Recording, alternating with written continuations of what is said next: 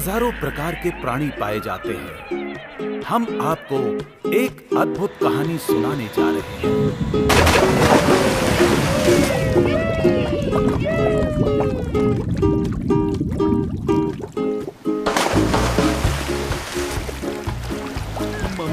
मछली, मछली, ये झपटू नहीं, यहाँ नहीं झपटू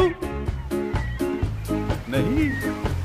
कहानी की शुरुआत समुद्र के तल से होती है, एक उत्सुक मछली से जो सागर की गहराइयों के नीचे रहती है।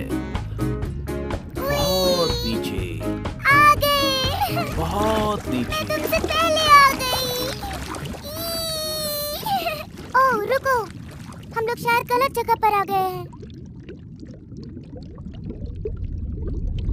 मैं यहाँ से आगे नहीं जा सकती हूँ। हाँ, आगे जाने पर वहाँ कई तरह के शार्क मिलेंगे। उन्हीं शार्कों में से एक मेरा दोस्त है, सैमी।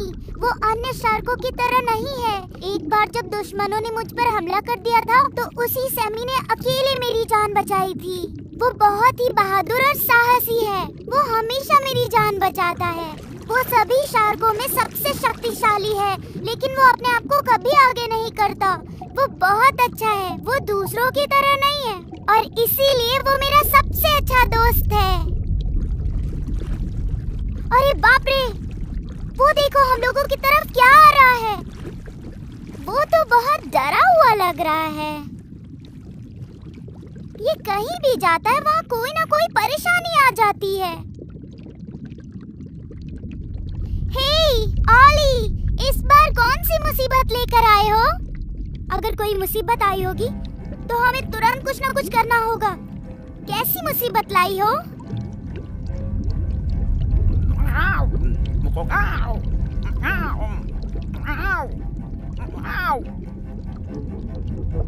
शार्क!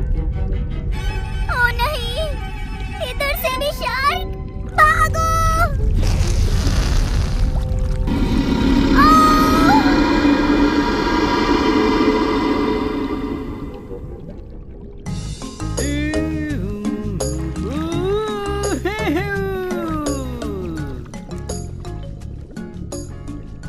यहाँ कितनी सुंदर सुंदर मछलियाँ हैं। काश उन्हीं में से मेरी किसी से शादी हो जाती। वाओ, गोल्डन ब्लू मछली, क्या कमाल की लग रही हो। वाओ, आज तो मेरा नसीब बन गया। कितनी कमाल की शिकारिन है। लगता है आज ये कुछ ज्यादा ही भूखी है। बाकी मछलियों को उससे भगवान ही बचाए। क्या हाल है रॉक स्टार ब्रो? आज तो मेरा दिन कमाल का गुजरने वाला है। सुबह सुबह किसका शिकार करने के लिए दुम दबाकर बैठे हो? कोई मेरे साथ चलेगा? जो मेरे साथ चलेगा उसे मैं एक कमाल की जगह पर ले चलूंगा। वहाँ एक खूबसूरत बगीचा भी है। वहाँ जाने पर एक अद्भुत शांति मिलती है। वैसी शांति पूरे समुद्र में कहीं नहीं मिलती है। काश अगर मेरी शादी हो गई होती तो अपनी वाइफ के साथ पिकनिक मनाने जाता। हे भगवान, जल्दी मेरी शादी करा दो। लॉयन फिश, अगर तुम भी मुझे मिल जाती तो मेरा नसीब चमक जाता। ये भी मछलियां कमाल लग रही हैं। ए, बुरा मत मानना, मैंने गलती से तुम्हें टच कर दिया है। हे गोल्डन फिश, इधर देखो।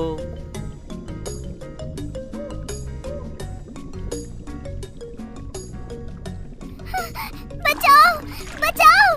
शार्क! शार्क! शार्क! शार्क! हे, इतना भी फूलंदेवी मत बनो। शार्क! शार्क? हाँ, शार्क!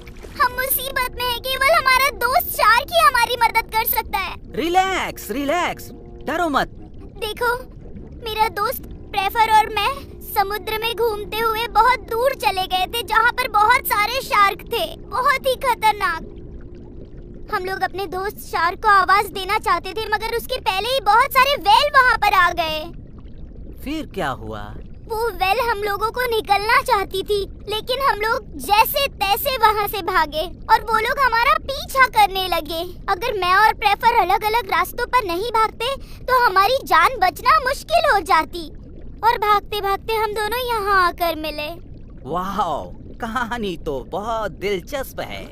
अब तुम लोगों को डरने की जरूरत नहीं है। तुम लोग मेरे पास आ चुके हो। अगर तुम्हें कुछ हुआ तो उससे मैं निपटूंगा। वैसे तुम लोग कौन हो? मेरा नाम क्लियोपैटर है। मैं एक एंगलर फिश हूँ, पर मेरे दोस्त मुझे क्लियो बुलाते हैं। तुम अपने सर पर कैसी टोपी पहनी हो?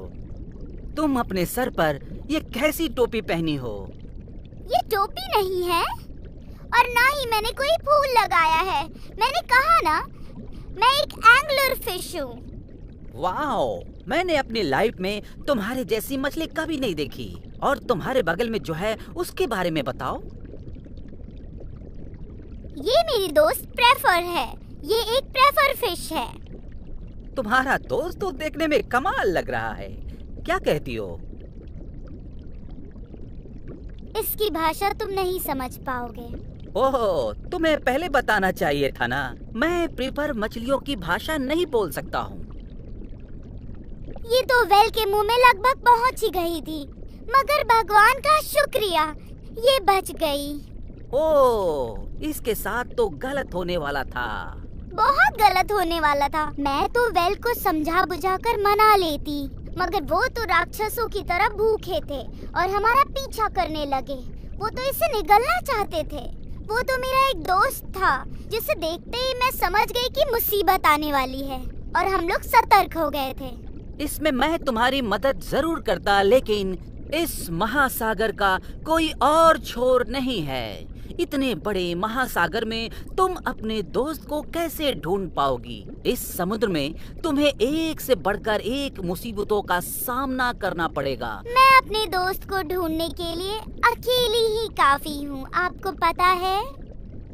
ओके, जरूर ढूंढेंगे। मैं तो बस ऐसे ही बोल रहा था, लेकिन इतने बड़े महासागर में हम उसे कहाँ ढूंढेंगे? मैं इस महासागर के कोने कोने से वाकिफ हूँ, समझे आप? इसमें कोई सच्चाई भी है? 100%। मैं कई सालों से मछलियों के बारे में अध्ययन कर रही हूँ। साफ पानी में जितनी भी मछलियाँ पाई जाती है, मैं उनके बारे में सब जानती हूँ। तुम्हें पता है तुम क्या करने जा रही हो? मैं अच्छी तरह से जानती हूँ मैं क्या करने जा रही हूँ, पर आपकी मदद मिल जाती तो बेहतर होता। बेशक, मैं तुम्हारी हेल्प जरूर करूँगा। ऐसा कभी नहीं हुआ कि कोई मुझसे मदद मांगे और मैं उसकी मदद ना करूँ। ओके, तो फिर चले अपने दोस्त को ढूंढने। जरूर, तुम मुझे जहाँ चलने के लिए कहोगी मैं चलने के लिए तैयार हूँ। सुनो, हमारा एक दोस्त है जो इस काम में हमारी मदद कर सकता है। सच में? कौन? उसका नाम है ब्रिश। वो समुद्र का कोना कोना जानता है। मैं दावे के साथ कह सकता हूँ कि वो तुम्हारे दोस्त के बारे में जरूर जानता होगा। कमाल है, मगर मुझे उसकी कोई जरूरत नहीं है। चलो।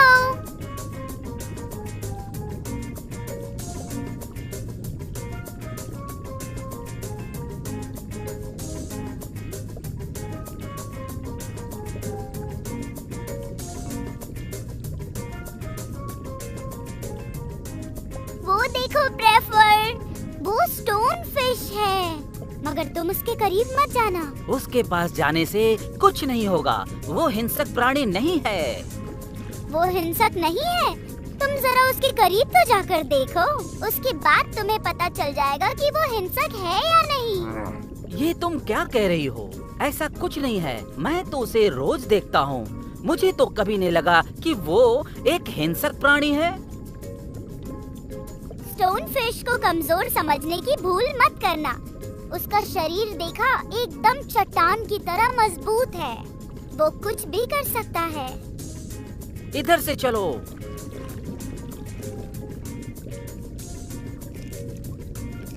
हाय फिश, कैसे हो तुम लोग? कैसे हो तुम लोग? ओहो, वो देखो, फ्लाइंग फिश। संभल कर रहना। संभल कर क्यों रहना होगा? वो मुझसे ज्यादा शक्तिशाली थोड़े ही हैं। वो एक जहरीली मछली है। अच्छा, वो जहरीली मछली होती हैं। जरा उसके सुनहरे मुलायम पंख तो देखो। उसी पंख की सहायता से वो उड़ती है। उसके पीछे जो लोअर फिश है वो उसके बेहद करीबी मानी जाती है। तुम तो ज्ञानी पंडित हो। वाह, हम लोग कितनी शानदार जगह से गुजर रहे हैं ना। मुझे तो मजा आ गया। हाँ, सच में बहुत खूबसूरत जगह है।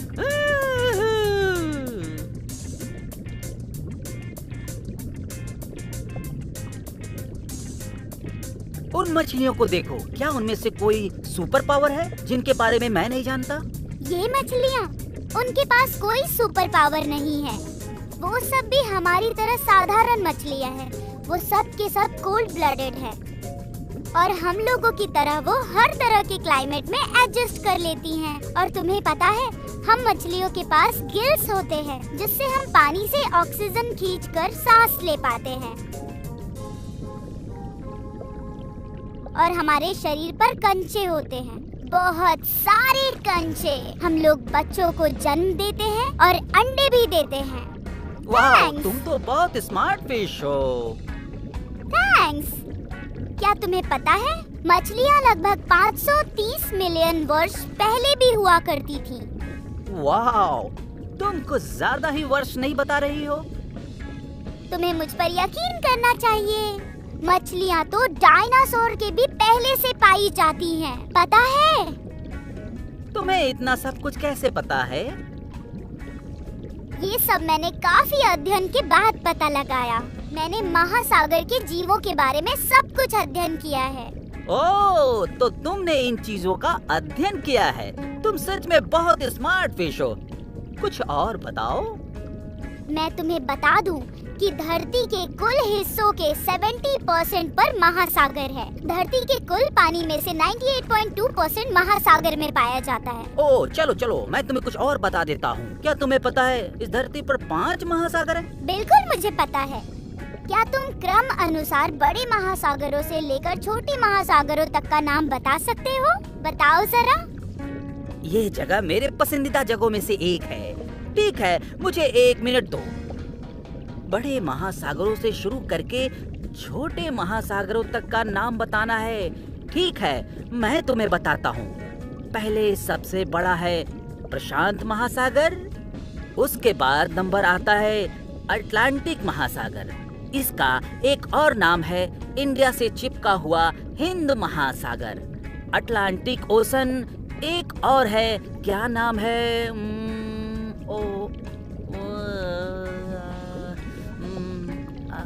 ओह, याद आ गया, या वो है आर्कटिक महासागर।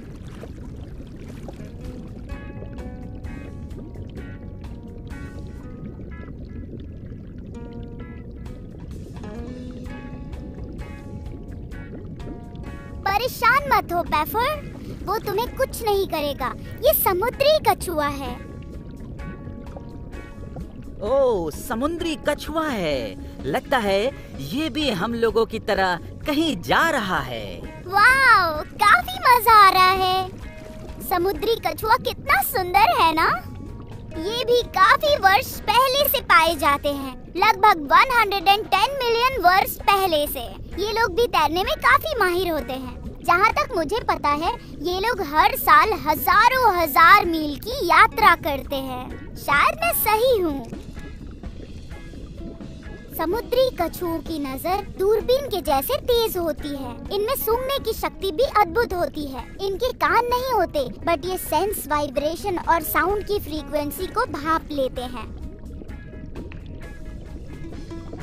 नर समुद्री कछुआ कभी भी पानी से बाहर नहीं आता, लेकिन मादा समुद्री कछुआ अंडे देने के लिए समुद्र के किनारे चली जाती है और अंडे देने के बाद वो वापस पानी में लौट आती है और वो हमेशा ये करते हैं। वाओ, समुद्री कछुआ कितना समझदार होते हैं। समुद्री कछुओं को फिश में शामिल नहीं किया जाता, वो एक रेप्टाइल्स होते हैं। क्या रेप्टाइल्स?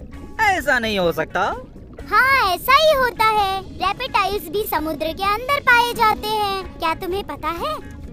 समुद्री कछुए 7 प्रकार के होते हैं। नहीं, मुझे तो नहीं पता। हाँ, उन 7 कछुओं में लेदर वैक्स समुद्री कछुआ सबसे बड़ा होता है। वो इंसानों की तरह लगभग 6 फीट लंबा होता है और उसका वजन 1000 पाउंड तक होता है।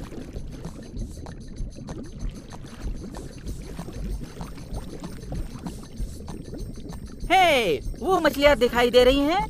उसमें मेरा दोस्त ब्रिश भी है। हे विश, आजकल क्या चल रहा है भाई? हे सैम, क्या चलेगा यार, शादी करके लाइफ सेट करने के लिए इधर उधर दुल्हन ढूंढ रहा हूँ। ये सब भी तुम्हारे दोस्त हैं क्या? हाँ, ये पेट्रा है और वो प्रेफर। वो एक एंगल फिश और एक प्रेफर फिश। तुम्हारी तो चांदी कट रही है भाई। नहीं, ये दोनों सिर्फ मेरे दोस्त हैं। ये लोग वेल मछलियों से डरकर भाग रहे थे। ओह, इसका मतलब वेल मछलियाँ एंगल फिश को निकलना चाहती थीं और तुम्हारे दोस्त ने उन्हें आकर बचा लिया। वाह, तुम तो बहुत समझदार हो। चलो मेरे पीछे चलो।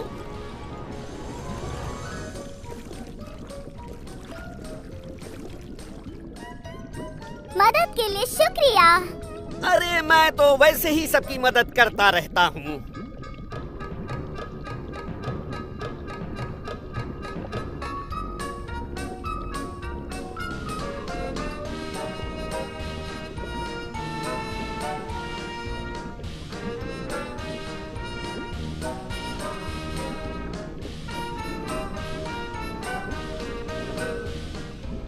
हे, कहाँ चले गए तुम लोग? तुम लोग शार्क से बचकर रहना। गुड लक, बाद में मिलेंगे सैम। Thanks bridge. बड़ा अजीब प्राणी है। हमें यहाँ से सीधे अपने मार्ग पर चलते रहना चाहिए। हाँ, मुझे लगता है हम ये काम पहले ही शुरू कर चुके हैं। वाव, वो देखो। वाओ, एक साथ कितने सारे हैं। वाव, मजा आ गया। ये सब कैसे एक साथ घूम रहे हैं, देखो। हे दोस्तों, आज तुम लोग क्या सीखने की कोशिश कर रहे हो? ओह, नंबर्स, कमाल है। वाओ, इन्हें भी गिनती आती है। ये लोग जहाँ भी जाते हैं झुंड में ही जाते हैं और ये लोग अपनी कलाकारी भी दिखाते हैं। वो लोग दुश्मनों से अपना बचाव भी करते हैं। ये एक साथ जाते हैं जिसकी वजह से शिकारी इनका शिकार नहीं कर पाते। शिकारी इन्हें झुंड में देखकर इन पर हमला नहीं कर पाते और वो लोग वापस चले जाते हैं। ये बहुत ही कमाल का है। वाह, सब इकट्ठे होकर कैसे चकोर बना रहे हैं ना। ये जब ऐसे घूमते हैं तो ऐसा लगता है जैसे लूडो का पासा घूम रहा हो। उनमें से अगर कोई गलती भी कर देता है तो वो जाकर ग्रुप में छुप जाता है और उन्हें पता लगाना बेहद मुश्किल हो जाता है। तुम सही कह रही हो प्रेफर, ये बहुत ही अमेजिंग होते हैं। ये कितने खूबसूरत लग रहे हैं ना। ये लोग 100 मील तक जाते हैं और वो भी 100 फीट नीचे। ये लोग जहाँ भी जाते हैं साथ में जाते हैं। ये लोग बेहद तेज गति से चलते हैं और फुर्तीले भी होते हैं और बहुत ही जल्दी अपनी दिशा भी बदल देते हैं। तुम्हें पता है ये मछलियाँ हमेशा 3 रूल्स फॉलो करती हैं। पहला, ये सब एक साथ एक ही दिशा में यात्रा करते हैं। ऐसा कैसे हो सकता है? और दूसरा? ये अपने दोस्तों के हमेशा करीब रहते हैं। कमाल है। और तीसरा क्या है? और जब कोई दुश्मन इनके दोस्त पर हमला करता है तो ये सब एक साथ मिलकर अपने दोस्त को बचाते हैं। हे, प्रेफर उन लोगों से बात कर सकता है। ऐसे कैसे हो सकता है? पर इन सारंडिसियों से कैसे बात कर सकती है? प्रेफर उनसे बात कर सकती है। प्रेफर, तुम जरा इन्हें बात करके दिखाओ, सही है ना? हाँ हाँ, ग्रेट!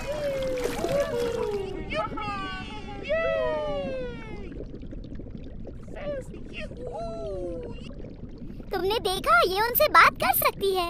ये कमाल है। वो बहुत तेजी से तैरते हैं। उन्हें पकड़ पाना कोई मामूली काम नहीं है। शार्क भी उन पर हमला नहीं कर सकते। ओ नहीं। ये लोग कोरल रीफों में जाकर छुप जाते हैं और शार्क इन्हें देख नहीं पाते, और तब शार्कों के लिए इन्हें ढूंढना मुश्किल हो जाता है। धन्यवाद दोस्तों, तुम लोगों से मिलकर बहुत मजा आया। हमें यहाँ रुकने से क्या फायदा, चलो।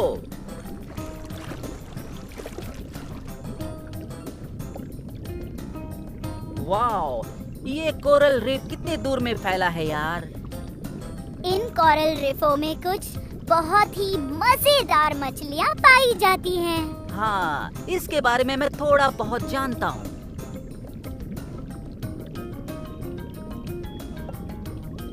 कूल! कोरल फॉरेस्ट की तरफ कौन आ रहा है? कमाल की जगह है ना? ये बहुत खूबसूरत फॉरेस्ट है। कोरल रीफ ट्रॉपिकल और सब ट्रॉपिकल गर्म एरिया में स्लाइन वाटर में पाए जाते हैं। वो देखो, कितने खूबसूरत लग रहे हैं ना?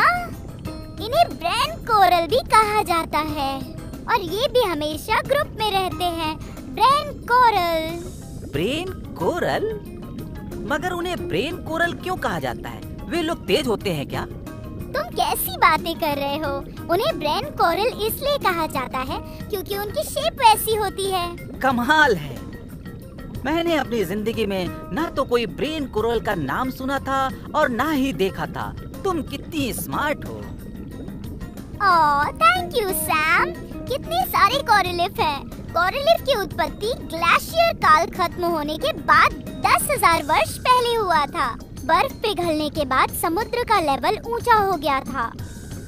कोरल रीफ ज्यादातर ऑल्केनिक आइलैंड के आसपास पाए जाते हैं, और ये अपना घर उसी आइलैंड के पास बनाती हैं, और उनमें कैल्शियम कार्बोनेट प्रचुर मात्रा में पाए जाते हैं। ओह, ऐसा क्या? कैल्शियम कार्बोनेट, ये सब खाने से शरीर को खनिज और मिनरल मिलता है। कैल्शियम कार्बोनेट की वजह से इनकी हड्डियां बहुत मजबूत होती हैं। कमाल है। और क्या तुम ये कहना चाहती हो कि कोरल भी जीवित होते हैं? मैंने तो कभी नहीं सोचा था कि उनके अंदर भी जान होती है। मैंने कभी नहीं देखा ऐसे। कोरल में जान होता है सैम। दरअसल सभी कोरल एक दूसरे से जुड़े हुए होते हैं, जिनसे उनका स्ट्रक्चर बहुत ही जटिल हो जाता है, और उनका स्ट्रक्चर अंदर से बहुत ही मजबूत बन जाता है। सचमुच, मैंने पहले ऐसा कभी नहीं देखा। कोरल प्लांट्स नहीं होते, वो जानवर होते हैं। क्या सिर्फ प्लेन जगहों पर पाए जाते हैं? जरा ध्यान से देखो, ऐसा लगता है कि टहनियों की तरह उनके हाथ निकले हुए हैं। वो कोरल्स हजारों जीवों से मिलकर बने होते हैं। क्या तुम उन मछलियों के बारे में बात कर रही हो? नहीं, फिश नहीं, मैं इनवर्टिब्रेट के बारे में बात कर रही हूँ। ये इनवर्टिब्रेट क्या होता है? वो भी एक जीव होते हैं, मगर उनके अंदर हड्डियाँ नहीं होती। उनमें से कुछ का आकार पेन की तरह होता है, मगर कुछ का आकार इंसानों से भी बड़ा होता है। उनके अंदर हड्डियाँ नहीं होती? हाँ, बिना हड्डी के। तो उनकी आंखें कैसी होती होंगी? मुंह कैसा होता होगा? वो कोरल खाते कैसे होंगे? वर्टिब्रेट कोरलों में कई छोटे छोटे होल पाए जाते हैं, जिससे वो छोटी मछलियों को निकल जाते हैं और उन्हें भोजन मिलता है। और ये छोटी मछलियाँ ही उनकी ऊर्जा का स्रोत होती हैं, और उनके पेट भी होते हैं। नहीं, ऐसा कैसे हो सकता है? जी हाँ। मुझे लगता है कि जितने भी एंगुलर फिश होते हैं, उनमें से सबसे ज्यादा तुम स्मार्ट हो। ओह नहीं, उतना भी नहीं। फिर भी मैं एक स्मार्ट एंगुलर फिश हूँ।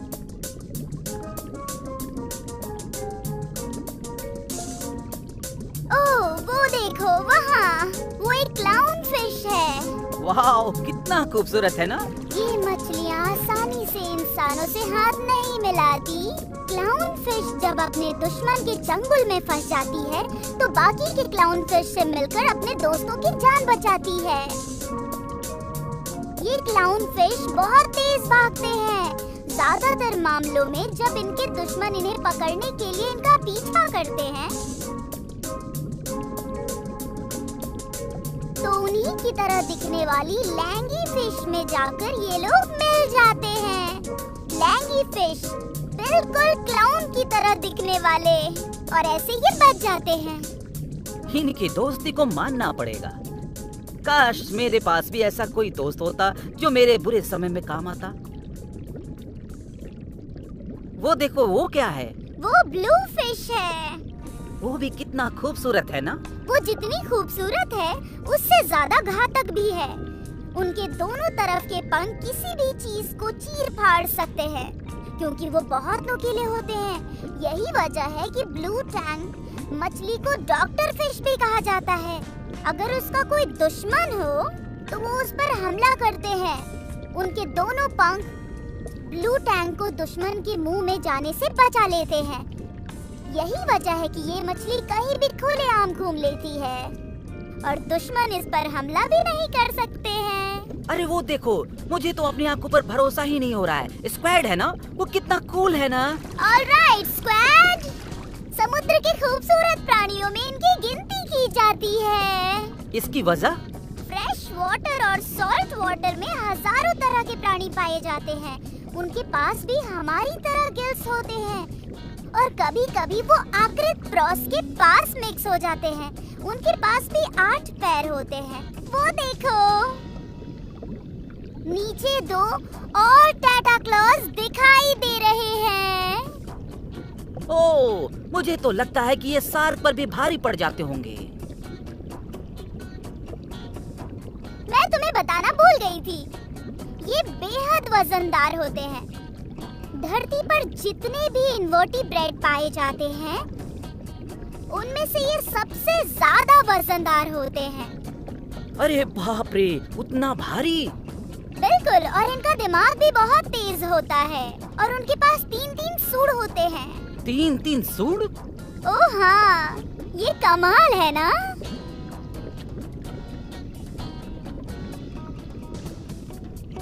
ओह हाँ, सीउर्जेंस के 200 से ज्यादा टाइप होते हैं जो कई तरह के रंग, रूप, आकार में पाए जाते हैं। कमाल है ना? और इन्हें बायलेटरल क्रिएचर भी कहा जाता है। बायलेटरल?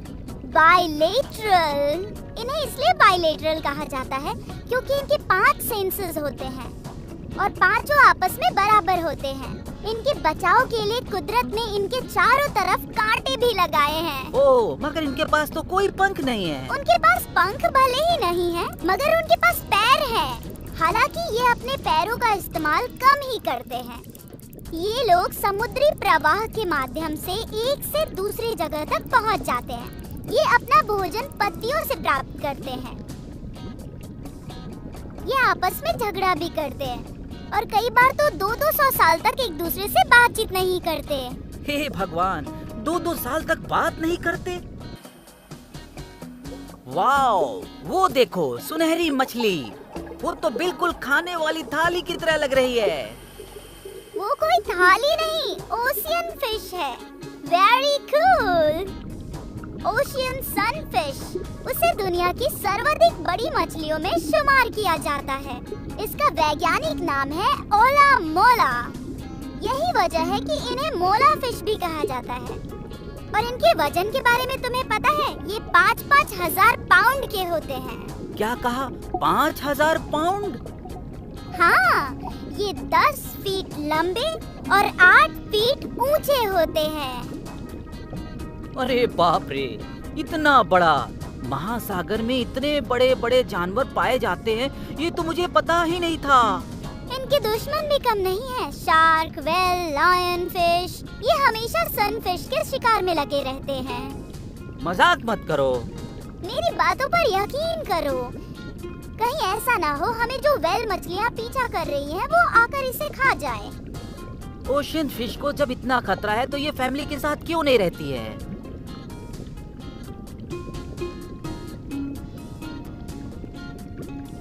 अरे वो नहीं, वो तो मेरा भाई है, कैच। कैच, कैसे हो भाई?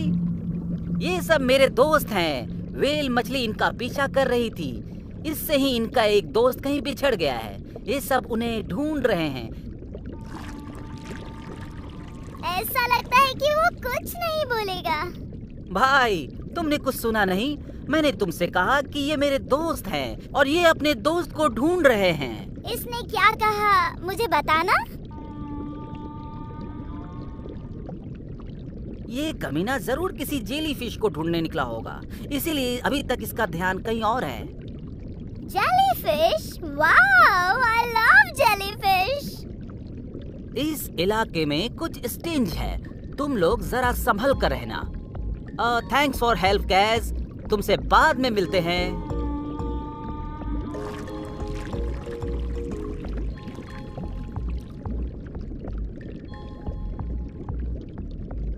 यहाँ कितने सारे मैरियर्स हैं ना। ये कमीने बहुत बहुत लंबी लंबी फेंकते हैं। क्या तुम्हारा कभी मैरियर्स से पाला पड़ा है? मगर ये जब भूखे होते हैं तो ये बहुत खतरनाक हो जाते हैं। मैं नहीं डरती हूँ। तुम प्रेफर?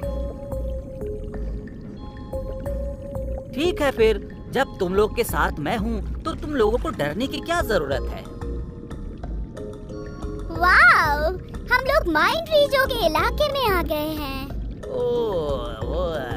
हाँ, इनकी जितनी तारीफ की जाए कम है। चलो देखते हैं यहाँ कितने माइंड ट्रीज हैं। मैंने इस जगह के बारे में पहले सुना है। सच में कितना मजेदार जगह है ना। वाओ, ये क्या कह रहा है? ये हमसे माइंड ट्रीज के बारे में पूछ रहा है। ओह हाँ, ये हमसे माइंड ट्रीज के बारे में और ज्यादा जानकारी पाना चाहती है। तुम्हें कुछ पता है ना? ओह ठीक है, माइंड ट्रीज भी एक तरह की मछली होती है। हमेशा ये इंसानों के दुश्मन रहे हैं। ये कभी भी इंसानों को पसंद नहीं करते। ओह, मुझे तो लगता था कि इंसान इसके बारे में जानते ही नहीं होंगे। ओह नहीं, मेरे कहने का मतलब कुछ और था। जिस तरह तुमसे मछलियाँ दूर ही रहती हैं, वैसे ही ये मानव की नजर से दूर ही रहा करते हैं। ओह, मैं इतना बुरा भी नहीं हूँ यार। माइंड ट्रीज के बारे में कुछ और बताओ। इंसान से इस मछली का 36 का आंकड़ा रहा है। इंसान इसे डेविल फिश बुलाते हैं क्योंकि इनका शेप ही वैसा है। हाँ, और दिखने में काफी बड़ा तो है। ये मछलियाँ अपने दोनों तरफ के पंख से पानी को पीछे की तरफ धकेलती हैं, जिससे ये आगे बढ़ पाती हैं। जब ये चलती हैं, तो लगता है कि ये पानी में उड़ रही हो। हाँ, एक सुपर हीरो की तरह। बिल्कुल सही। और तुम्हें एक बात जानकर ताज्जुब होगा कि ये माइंड ट्रीज अपने साफ सफाई का बहुत ध्यान रखते हैं। हाँ, मुझे पता है। जिस तरह इंसान कारों की सफाई करवाते हैं, वैसे ही ये अपनी सफाई करवाते हैं। बिल्कुल सही बोल रही हो। ये कारों की तरह अपनी सफाई भी एक दूसरे से करवा लेते हैं। ये अपने बच्चों को अपनी नजरों से दूर नहीं जाने देते हैं। ये बहुत कूल है। तुम्हें तो पता ही होगा कि इसकी दाढ़ी निकली होती है, छोटी छोटी दाढ़ी। ये कोई ऐसी वैसी मछली नहीं है। ये तुम एंग्लोरो की तरह ही बहुत यूनिक होती है। तुम लोगों के पास गिल्स होते हैं और माइट्रीज के पास दिमाग होता है। जितनी भी मछली पाई जाती है, उनमें अगर बॉडी और दिमाग की तुलना करें तो इनका रेसिप सबसे ज्यादा निकलेगा। उसकी इतनी तारीफ कर रही हूँ, कहीं तुम्हारा ईगो तो हर्ट नहीं हो रहा? खूबसूरती की तारीफ करना तो मेरी पैदाइशी गुण है। ये क्या बोल रहा है? ये बोल रहा है कि तुम चाहे जैसे भी हो, मगर फ्रेंडली हो। शुक्रिया दोस्त। मुझसे जितना हो सकता है मैं उतना अपने दोस्तों के लिए करता हूँ। अगर तुम्हें यकीन ना हो तो तुम जाकर मेरे दोस्तों से पूछ सकती हो मेरे बारे में कि मैं कैसा हूँ। हाँ, वो तो पता चल गया। हमें तुम बहुत पसंद आए। जेलीफिश। ओह, संभल कर रहना, उसके करीब मत जाना। वो दिखने में भले ही खूबसूरत होते हैं, मगर वो जहरीले होते हैं। तुम्हें तो पता होगा। ठीक है, लेकिन यहाँ पर ज्यादा जेलीफिश नहीं है। हम आराम से स्विम कर सकते हैं। वो देखो प्रेफर, जेलीफिश सेलिंग फैन की तरह दिखने में लग रहा है। हाँ, इनकी बनावट बहुत अद्भुत होती है। इनकी बॉडी 95% लार और 5% प्रोटीन और सॉल्ट से बनी होती है। जेलीफिश के पास दिमाग नहीं होता। जेलीफिश के पास ना तो लंग्स होते हैं और ना ही हार्ट, ना खून होता है ना हड्डी, ना तो कोई कंकाल होता है ना ही गिल्स होता है, और उनके अंदर कोई पार्ट नहीं पाया जाता। क्या ऐसा नहीं हो सकता? ऐसा ही होता है।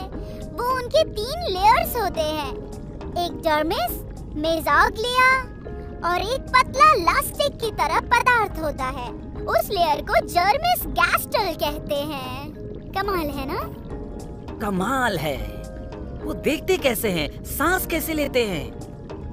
जेलीफिश के ना तो हमारी तरह आंखें होती है और ना ही कान होते हैं, ना गिल्स होते हैं। फिर उन्हें कुछ पता कैसे चलता है? ये पानी में एक ही जगह रहते हैं क्या? दरअसल प्रकृति ने इनके सेंस ऑफ ह्यूमर को अद्भुत बनाया है। ये पानी में ऊपर और नीचे जा सकते हैं। ऊपर नीचे आने के दौरान पानी का केमिकल इनके ऊपर जो पड़ता है वही इनका भोजन है। That's cool. हाँ, ये भी मिलियंस वर्ष पहले से पाए जाते हैं। डायनासोर के समय से ही पाए जाते हैं ये। अगर इनके पास पंख नहीं होते तो ये तैरते कैसे हैं? इनके बॉडी का स्ट्रक्चर ही ऐसा होता है। ये आसानी से एक जगह से दूसरी जगह तक तैर सकते हैं। महासागरों के अन्य प्राणियों की तरह ये उतने भारी भरकम नहीं होते। इनके कुछ दोस्त इंडियन ओशियन में पाए जाते हैं। ये अपने दोस्तों से मिलने वहाँ तक भी पहुँच जाते हैं। ये कभी अपनी जगह नहीं भूलते। ये दूर भी चले गए तो उसी दिशा से होते हुए अपनी जगह वापस आ जाते हैं। बाप रे! कुछ जेलीफिश बहुत पारदर्शी होते हैं। उनके आर पार आसानी से देखा जा सकता है। इनमें से कुछ का रंग रूप भिन्न भिन्न होते हैं, हरा, नीला, पीला, लाल, गुलाबी। जेलीफिश हर रंगों में पाए जाते हैं। अमेजिंग! इमेजिन करो, जब ये लोग एक साथ चलते होंगे तो कितना खूबसूरत लगता होगा ना। मैंने उन्हें एक साथ देखा है। कुछ खुद पर निर्भर होते हैं तो कुछ अपने माँ बाप पर निर्भर होते हैं। उनके माँ बाप उन्हें भोजन लाकर देते हैं तभी वो खा पाते हैं। ये अपने दुश्मनों से मिलकर मुकाबला करते हैं, एक साथ मिलकर। प्लीज तुम उनके मुंह के बारे में कुछ बताओ। भगवान ने इन्हें भी खाने के लिए एक छोटा सा मुंह दिया है।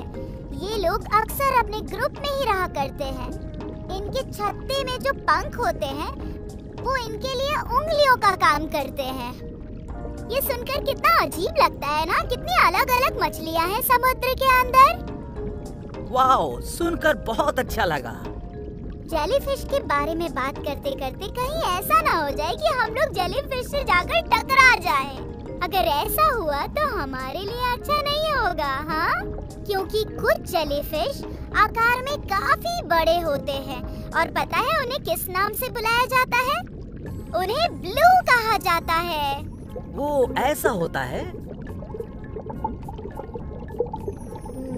लिप्स? ओह, इतने सारे लिप्स! लगता है हम लिप्सों के इलाके में आ गए हैं। ये कितने शांत हैं, पेफर। इससे पहले मैंने इसे कभी नहीं देखा था।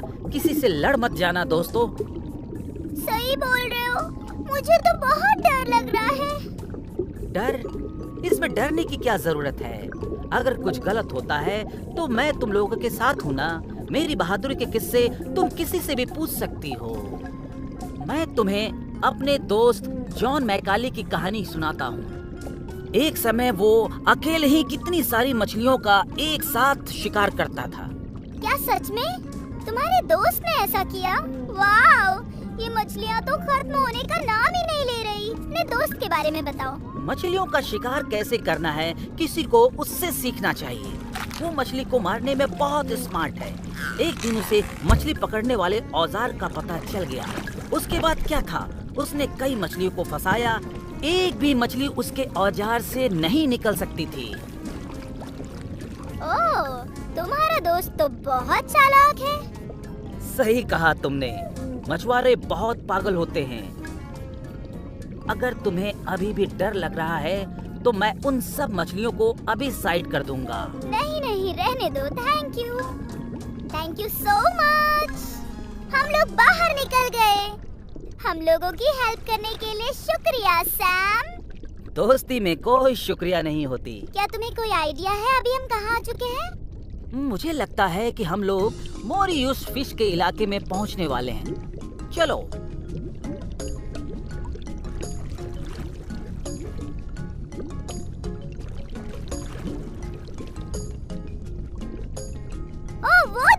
समुद्री घोड़ा। समुद्री घोड़ा?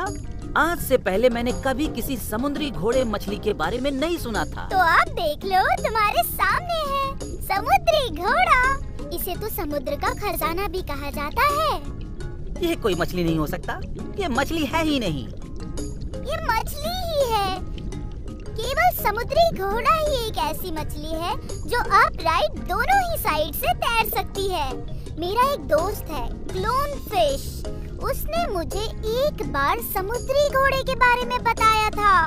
समुद्री घोड़ा आधे घंटे में ही एक छोर से दूसरे छोर तक जा सकता है। वाह, कमाल है। ये बताओ, वो समुद्री घोड़ा तुम्हारी तरफ देख रहा है या मेरी तरफ? मैं तो कहूँगी वो तुम्हारी तरफ ही देख रहा है और मेरी तरफ भी। समुद्री घोड़ा अपने दोनों आँखों से एक ही बार में दो अलग अलग चीजों को देख सकता है। वो एक आँख से आगे और दूसरे आँख से पीछे भी देख लेता है। उसके शरीर में चारों तरफ कांटे होते हैं। समुद्री घोड़े का पूंछ बहुत लचीला होता है। कभी कभी समुद्री घोड़ा अपने पूंछ से ही हवा में बहुत ऊंचाई तक पानी उड़ा लेता है। मैं तुम्हें समुद्री घोड़े के बारे में और भी मजेदार बातें बताती हूँ। इन्हें अपनी जिंदगी की बहुत फिक्र होती है। ये अपनी जिंदगी बनाने के लिए हमेशा तैरते रहते हैं और कभी कभी इनसे इनका पूंछ भी अलग हो जाता है। मादा समुद्री घोड़ा एक बार में अपने पेट से 58 अंडे उत्पन्न करती है। समुद्री घोड़ा भी कैंगरू की तरह होते हैं? ऐसा हो ही नहीं सकता। होता है। चलो, वाओ, चलो इसकी भी खोज खबर लेते हैं। वाओ, मैं इस पर भरोसा कर सकती हूँ। ये मेरा दूर का रिश्तेदार है। मगर ये तो किसी और कास्ट का है। ये तुम्हारा रिश्तेदार कैसे बन गया? मेरा बोला अगर तुम्हें गलत लगा तो प्लीज मुझे माफ कर देना। दरअसल ये फ्रॉग फिश है। ये भी कमाल का होता है। ये चलता तो धीरे धीरे है, मगर जब दुश्मन इनका पीछा करते हैं तो ये बहुत तेज भागते हैं और इनके दुश्मन इन्हें पकड़ नहीं पाते। जरा यहाँ रुको। इसका कजिन भाई समुद्र की गहराइयों में रहता है। नाइस सीन यार। अरे वो देखो, शैतान भी दिख गया। इससे कोई बात मत करना। वो कोई शैतान नहीं है। ये एक बैंडेड सीक्रेट है। समुद्री सांप, जहरीला, बेहद शक्तिशाली सांप। वो एक बार जिसे डस लेता है उसे पानी पीने का भी मौका नहीं मिलता है। बिल्कुल सही बोली पेट्रा। मुझे नहीं लगता कि वो हम लोगों को देख पाएगा। अगर उसने देख भी लिया तो हमसे जीत नहीं पाएगा। चलो उसका पीछा करते हैं। जैसा तुम देख सकते हो वो बहुत फास्ट तैरती है। वो एम्फिबियन भी होते हैं। इसका मतलब होता है कि वो पानी में और धरती दोनों जगह पर रह सकते हैं।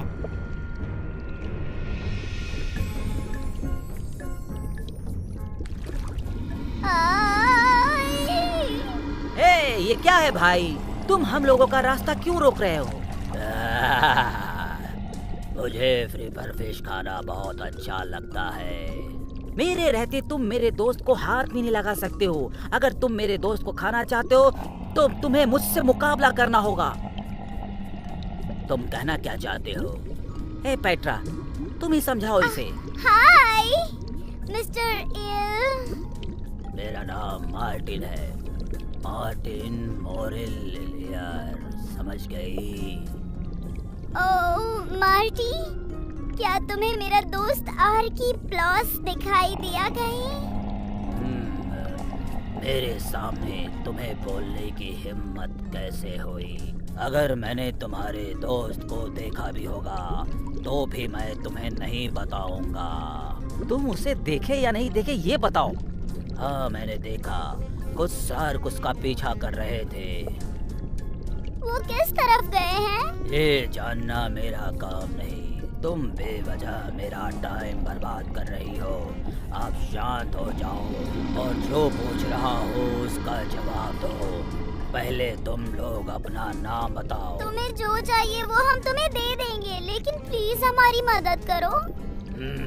मैं तुम्हें खाना चाहता हूँ। नहीं। मुझे खाने से तुम्हें क्या मिलेगा? मुझ में तो केवल हड्डी ही हड्डी है। देखो भाई, साफ साफ बताओ, तुम हमारी मदद करोगे या नहीं? मैं तुम लोगों से एक डील करूंगा। मैं तुम लोगों से 3 सवाल करूंगा जो मोरियल के बारे में होगा। अगर तुम लोग मेरे 3 सवाल का सही सही जवाब दे देते हो, फिर तुम लोग जो चाहोगे मैं तुम लोगों को बताऊंगा। लेकिन अगर तुम लोग एक भी सवाल का गलत जवाब दिए तो मैं तुम्हें खा जाऊंगा। सैम, रुको, मैं इसके लिए तैयार नहीं हूँ। तुम जो भी सवाल पूछोगे पेट्रा उन सवालों का जवाब देगी, ठीक है ना पेट्रा? हाँ, मैं उम्मीद करती हूँ। ओके, पहला प्रश्न, हम मोरियल मछली होते हैं या कि सांप होते हैं?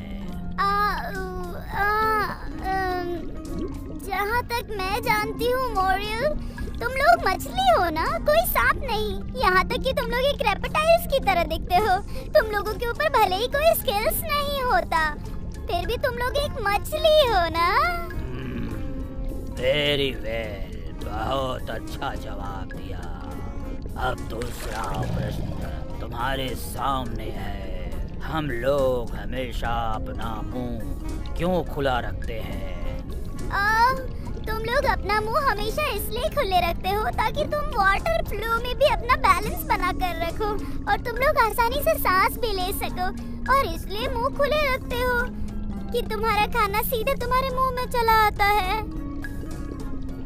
मैं तुम्हें भी खाना चाहता हूँ, लेकिन तुम इसका जवाब सही सही दे रही हो।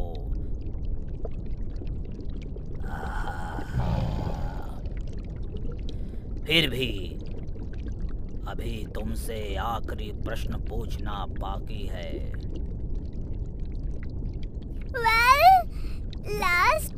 लास्ट प्रश्न तुमने इतना भारी क्यों पूछ लिया? मोरियल, हम लोगों में एक चीज अलग होती है। क्या यह प्रश्न बहुत मुश्किल है? नहीं, बेशक ऐसा होता है कि मोरियल के बारे में अमेजिंग बात ये होती है कि वो मोरियल्स की पूंछें 6 फीट तक लंबी और जबड़े 15-15 फीट तक लंबे होते हैं। मोरियल्स के बारे में इंटरेस्टिंग बात ये भी होता है कि उनके सर से लेकर पांव तक धब्बों की तरह छाप लगे होते हैं, लेकिन बाकी मछलियों की तरह ये एपेक्टोरल एम्फियन नहीं होते। बिल्कुल सही बोल रही हो। मोरियल्स प्राइमरी होते हैं, ना कि टर्नल। वो रात में शिकार करना पसंद करते हैं। बिल्कुल सही। और बताओ। मोरियल्स अपने शिकार को निगलने के लिए उनके मांद के आसपास छुपे रहते हैं। मोरियल्स खुफिया शिकारी होते हैं। एक बार जो शिकार मोरियल्स के चंगुल में फंस गया, उन्हें बचना नामुमकिन होता है। मुझे यकीन नहीं हो रहा, तुम इतना सही सही कैसे बता रही हो? और कुछ बताओ। मोरियल्स कार्निवोरस होते हैं, इसीलिए उन्हें मांस खाना बहुत पसंद होता है। मोरियल्स का फेवरेट खाना ऑक्टोपस, स्वेट cutter fish, mollusc fish. Octopus fish, right. Moray eels का शिकार करना कोई आसान काम नहीं होता। मोरियल्स जमीन से चिपक जाते हैं और शिकारी उन्हें नहीं देख पाते। इन सब चीजों के अलावा मोरियल्स सड़ी गली कोई भी चीज खा लेते हैं, है ना? मोरियल्स के पास 2 नुकीले दांत होते हैं, एक जबड़े में होता है और दूसरा गले में। सही बात है ना? मैंने सही कहा ना? सही कहा। गले में जो दांत होता है वो खाने के टुकड़े टुकड़े कर देता है, जिसे पचाने में आसानी होती है। बिल्कुल सही है ना? मैंने सही कहा ना? बिल्कुल सही। और जबड़े में जो दांत होते हैं उसका, इसके अलावा हम लोगों के और भी दांत होते हैं। हाँ, मॉरियल्स के पास और भी दांत होते हैं जो उनके पेट में कोई भी गलत चीज जाने से रोक देते हैं। हाँ, बिल्कुल सही बोले। मॉरियल्स खुफिया शिकारी होते हैं, मगर इन्हें कुछ समुद्री जीवों से खतरा रहता है, जैसे शार्क, व्हेल, क्रूपर्स, पैराक्यूचर्स और भी बहुत सारे। बस मेरे सामने तुम उन पैराक्यूटर्स का नाम मत लो। मेरे सामने उनकी क्या औकात है। ओह, मैं तुम्हारी बातों से संतुष्ट हूँ। क्या मैं तुम्हें बताऊं कि पेपर फिश खाने से मॉरियल्स को क्या नुकसान होता है? सबसे पहले पेपर फिश के खाते ही मॉरियल्स के पेट में बुलबुले बनने लगते हैं। बस बस, बहुत हो गया, बहुत हो गया। तुमने तीनों प्रश्नों का सही सही जवाब दे दिया। अब बकवास बंद करो। अब तुम मुझे बताओ कि तुमने क्या देखा। वादा तो वादा होता है। मैंने जो देखा वो तुम्हें जरूर बताऊंगा। मैंने अभी अभी अपना ब्रेकफास्ट किया है। मैं अभी तुमसे बात करने के मूड में नहीं हूँ। मैंने देखा तुम्हारे दोस्त के पीछे कई सारे शार्क पड़े हुए थे, खतरनाक शार्क। अपने नोकीले दांत से उसे अंदर करने के लिए बेचैन थे। ऐसा लगता था वो तुम्हारे दोस्त को किसी भी कीमत पर खा कर रहेंगे। तुम्हारे दोस्त को छुपने के लिए कहीं जगह नहीं मिल रहा था। वो एक जगह छुपने के लिए गया, वहाँ भी उसके दुश्मन मुंह खोल के खड़े थे। इसीलिए मैं उस पर चिल्लाया। मैंने उससे कहा कि अगर तुम बचना चाहते हो तो उसे खत्म कर दो।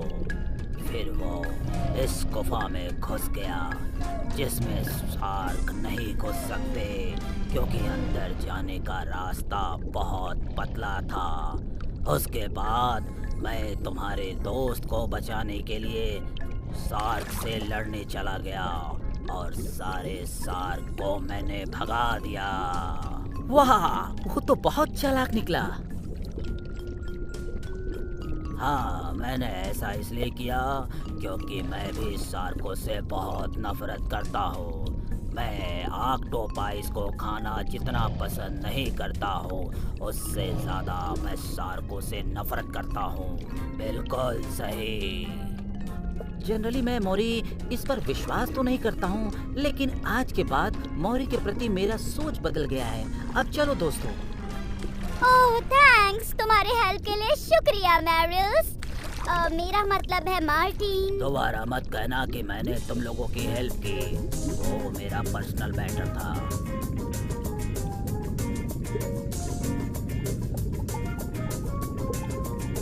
ओके दोस्तों, हम एक प्रॉब्लम में फंस गए हैं। प्रॉब्लम? कोई बात नहीं, हम उसे सॉल्व कर लेंगे। हम लोग खारे जल में रहने वाली मछली हैं। हम लोग फ्रेश वाटर में ज्यादातर टिक नहीं पाएंगे।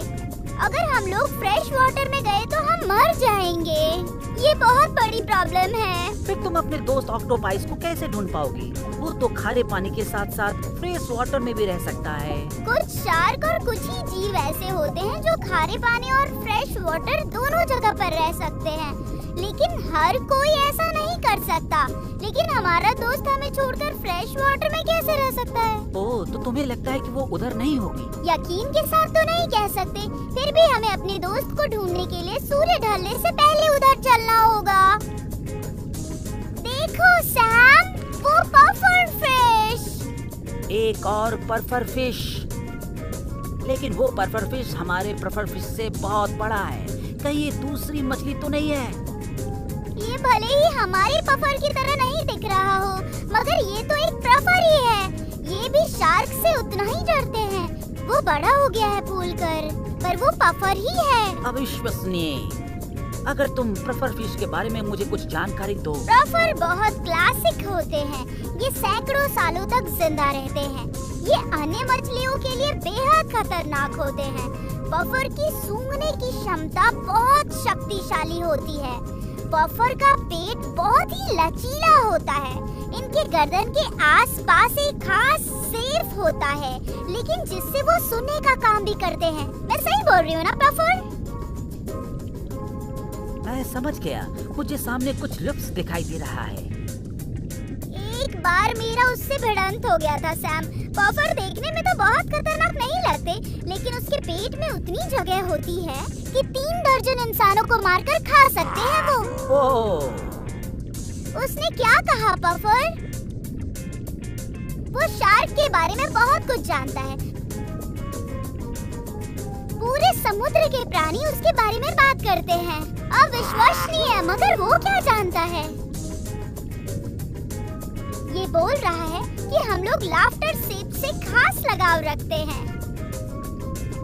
लाफ्टर सेप्स क्या होता है? वो भी एक समुद्री प्राणी होते हैं जो पहले भी मेरी मदद कर चुके हैं। वो लोग जरूर मदद करेंगे। ग्रेट, मगर लाफ्टर सेप्स क्या होता है?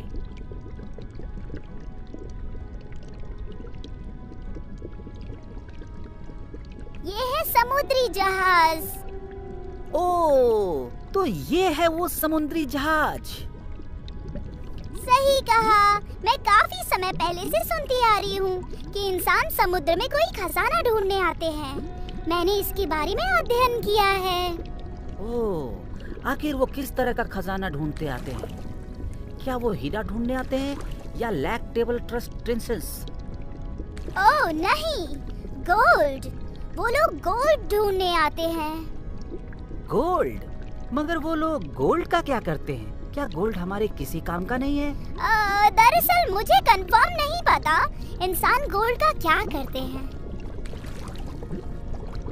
वो देखो, वहाँ कुछ हलचल हो रही है। ओह, अरे वो तो कोई इंसान है। समुद्र में इंसान तैर रहे हैं, मगर वो लोग सांस कैसे ले पा रहे हैं? अब ये मत कहना कि इंसान भी मछली ही होते हैं। नहीं यार, इंसान ऑक्सीजन अपने साथ लेकर चलने वाली तकनीक बना चुके हैं। वो अपने साथ एक बैग ऑक्सीजन का लेकर चलते हैं। नहीं, ऐसा कैसे हो सकता है? क्या इंसानों के समुद्र में आने से बाकी प्राणियों पर उनका असर पड़ता है? ओह हाँ, इंसानों के आने से हम सब पर बहुत गहरा असर हुआ है।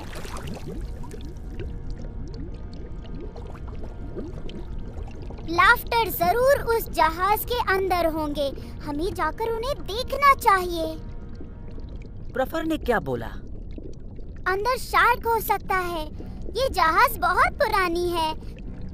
कोई ना कोई एक शिकारी पफर फिश को मार सकता है, लेकिन जब हम लोग हैं तो किसी को फिक्र करने की जरूरत ही नहीं। जो होगा वो देखा जाएगा।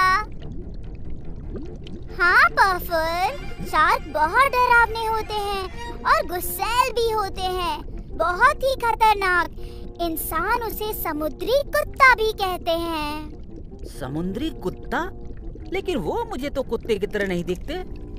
इंसानों ने शार्कों को तरह तरह के नाम दिए हैं। मुझे लगता है ऐसा इसलिए हुआ होगा कि वो लोग दिलचस्प प्राणी होते हैं। वो उन्हें प्री हिस्टोरिक शिकारी भी कहते हैं। प्री हिस्टोरिक ही क्यों? क्योंकि शार्क हजारों साल से महासागरों पर हुकूमत करते आए हैं, लगभग 400 मिलियन वर्ष पहले से। अरे बाप रे बाप, इतने समय से? हाँ, जरा उन्हें देखो, उनके तैरने का स्टाइल देखो। क्या तुम्हें पता है कि शार्क की बॉडी में कोई हड्डी नहीं होती? उनका कंकाल छोटे छोटे टिश्यूओं से मिलकर बना होता है, जैसे मैनर्स के होते हैं। सैम, खैर मैनर्स और शार्क नजदीकी रिश्तेदार होते हैं। अब तुम ये मत कहना कि शार्क मेरे रिश्तेदार हैं। मुझे लगता तो है, लेकिन वो देखो सैम, सभी शार्क हमेशा खाने के लिए लालायित नहीं रहते। एग्जाम्पल के लिए व्हेल शार्क ही ले लो। ये दुनिया के सबसे बड़े शार्कों में से एक। इनके अंदर फिल्टर भी लगी होती है। अरे बाप रे, ये कितना बड़ा है। हाँ, लेकिन ये बहुत जेंटल भी होते हैं। मैं भी कभी कभार इसके साथ घुमा हूँ। तुम्हें पता है ये मेरे बहुत नजदीकी हैं। वाओ, बहुत अच्छा। तुम्हें पता है शार्क कितने प्रकार के होते हैं? शार्क 400 से भी ज्यादा प्रकार के होते हैं। मैं झूठ नहीं बोल रही हूँ। तुम्हें पता है क्या इन शार्कों की उम्र कितनी होती है? ये बहुत सालों तक जीते हैं, है ना कमाल की बात? ओह वो देखो, एक और शार्क। नॉक शार्क सभी शार्कों से ज्यादा आलसी होते हैं। वो ठंड के महीनों में कहीं नहीं जाते हैं और ये अन्य शार्कों की तरह खाने में उतना उतावला भी नहीं रहते। यही वजह है कि ये हर समय मछलियों के पीछे नहीं भागते और ये ज्यादातर अपना जीवन समुद्र के निचले तल में ही गुजारते हैं। शार्क की आंखें कितनी खूबसूरत होती है ना? लगता है वो हर समय सीरियस ही रहते हैं। हाँ, उनकी आंखें बहुत खूबसूरत होती है। ये अपना शिकार ठंडे पानी में भी आसानी से कर लेते हैं। इसके अलावा इनके सूंघने की क्षमता भी बेहद अद्भुत होती है। मतलब वो भी एक हंटिंग मशीन ही होते हैं। उनके शिकार का अंदाजा तुम उनके दांतों को देखकर लगा सकते हो। शार्क के पास कई सारे दांत होते हैं। अगर एक टूट भी जाता है तो कोई दिक्कत नहीं होती। कमाल है ना? हाँ सच में, इसके पास कई सारे दांत हैं। लगता है जैसे ये सेनाओं की एक टीम हो। इतने सारे दांतों का वो क्या करते होंगे? हाँ, अगर शार्क की एक दांत टूट भी गई तो बड़ी आसानी से उसकी जगह दूसरी दांत आ जाती है। शार्क के दांत भी कई तरह के होते हैं। कुछ फ्लैट होते हैं जो प्लैंकटन्स खाने में मदद करते हैं। इसके अलावा उनकी नुकीली दांतें होती हैं, जिस वजह से वो किसी भी हड्डी को चकनाचूर कर देते हैं। यहाँ तक कि इंसानों को भी। उन्हें इसमें कोई परेशानी नहीं होती। अरे बाप रे! कुछ शार्क पूरी तरह से उजले होते हैं। उजले?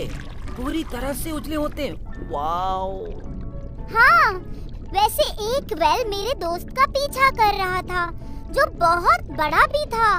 लगभग 20 फीट लंबा। शार्कों का वजन 5000 पाउंड तक के होते हैं। इन्हें समुद्र का डेडली फिश भी कहा जाता है। इनका दूसरा नाम है मैन ईटर। ये हर साल 5 से 10 लोगों को मारकर खा लेते हैं। ये तो बेहद खतरनाक होते हैं। व्हाइट शार्क कार्निवोरस होते हैं। जो छोटे व्हेल, समुद्री घोड़ा, समुद्री सांप, समुद्री कछुआ और सांप, इन सब को व्हाइट शार्क खा जाते हैं। वो देखो, वहाँ तैरता हुआ जो जा रहा है, उसे देखो। लगता है जैसे कोई हैमर जा रहा है। स्वीट! हैमर भी एक तरह का शार्क होता है। बहुत ही एग्रेसिव होते हैं वो। हैमर के शरीर का बाहरी बनावट देखो, क्या तुमने देखा? और हैमर की आंखें देखो, 308 डिग्री घूम सकती है।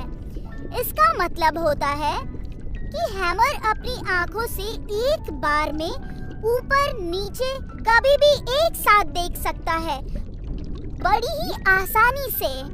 और जो कि हैमर के लिए एक वरदान के जैसा है और बाकियों के लिए ये एक श्राप के जैसा है।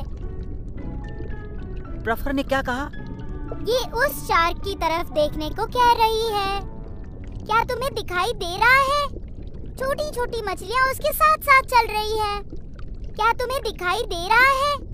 छोटी छोटी मछलियाँ उसके साथ साथ चल रही है। उन्हें रेमोरस कहते हैं। रेमोरस एक तरह से मछलियों के गुलाम होते हैं। वो एक साथ बड़ी मछलियों पर हमला बोल देते हैं। एक्चुअली शार्क जब भी अपना शिकार देखते हैं तो अपनी स्पीड बढ़ाकर उस तक पहुंच जाते हैं। क्या शार्क मुझसे भी तेज तैर सकता है? कुछ शार्क 1 घंटे में 20 मील तक की यात्रा कर सकते हैं। वाओ, ये तो बहुत ज्यादा है।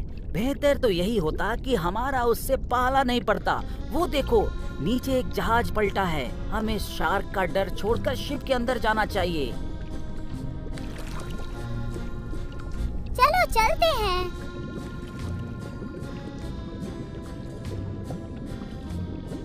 ओह, हेलो लिटिल फिश। हमारे जहाज में तुम लोगों का स्वागत है। तुम लोगों को देखकर बहुत खुशी हो रही है। मगर मैजिकल ऑब्स्टर उस खजाने का क्या करेंगे? हम लोग मैजिक लॉबस्टर हैं। इस शिप पर जितने भी खजाने हैं, हम उन सब के मालिक हैं। ओह वाओ, मगर मैजिकल ऑब्स्टर इस खजाने का क्या करेंगे? हमें जो मन करेगा हम वो करेंगे। रियली? ये तो बेहद अद्भुत दिख रहा है। वो देखो, हमने एक कैचर को भी बंधक बना रखा है। हम लोग उसे कभी माफ नहीं करेंगे। हम लोग तुम्हारी कोई भी एक विश पूरी कर देंगे अगर तुम हमारे 3 सवालों का सही जवाब दो जो ग्रह स्टेशन के बारे में होगा। ग्रॉस्टी? ये नहीं, ग्रह स्टेशन। क्या तुम लोगों में से कोई भी ग्रह स्टेशन के बारे में कुछ नहीं जानता? मुझे पता है। मुझे ग्रह स्टेशन के बारे में सब कुछ पता है। वाह! मैं तुम्हारा जवाब सुनकर खुश हुआ। क्या प्रेफर भी मैजिक लॉबस्टर के बारे में कुछ जानती है?